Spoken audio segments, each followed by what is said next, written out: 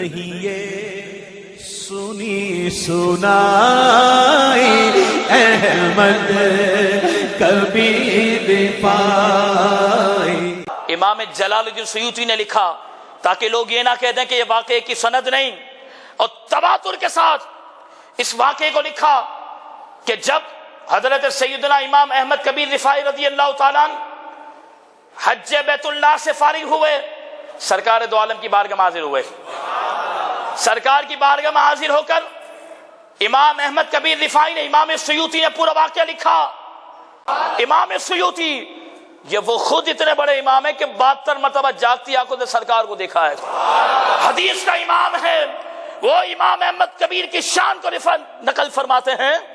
امام سیوطی نے لکھا، تھانوی نے بھی اپنے پسندیدہ واقعات میں اس بات کو لکھا، توجہ رکھنا، سرکار دو عالم کے روزے پر حاضر ہوئے۔ ہم کتنی عظیم شخصیت کے نام لے کر بیٹھے ہیں، سرکار کی بارگاہ میں جا کر عرض کرتے ہیں السلام علیکہ یا جدی۔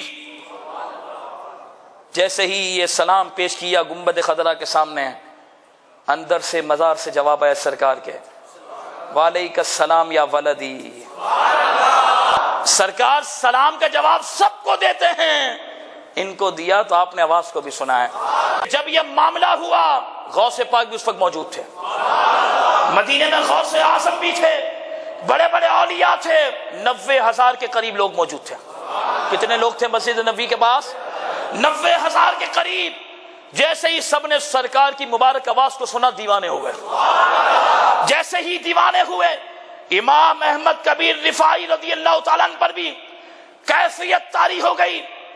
آپ بھی سرکار کی محبت میں مزید آگے بڑھے اور آپ نے چند اشعار گنگنانا شروع کر دیے اور آپ نے چند مصرے پڑھ دیے۔ امام سیوطی نے لکھا کہ امام احمد کبیر رفاعی جب سرکار کے روضہ اطہر سے جواب سلام کو سنا تو اب امام احمد کبیر رفاعی کہنے لگے یا رسول اللہ فی حالت البعد کنت روحی ارسلوها تقبل الارض عنی فہی نائبتی۔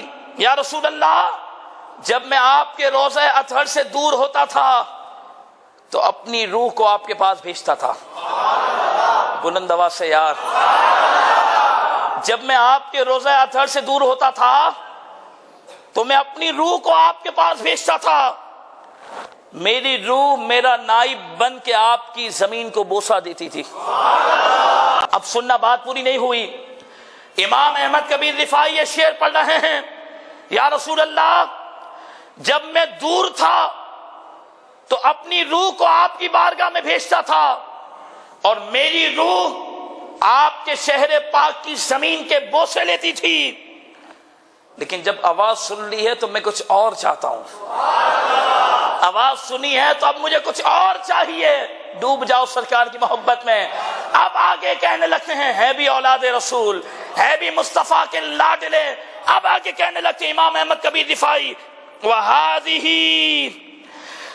نَوْبَةُ الْإِشْبَاعِ قَدْ ظَهَرَتْ فَامْدُدْ يَمِينَكَ كَيْ تَحَظَّيْ بِهَا شَفَتَيْ۔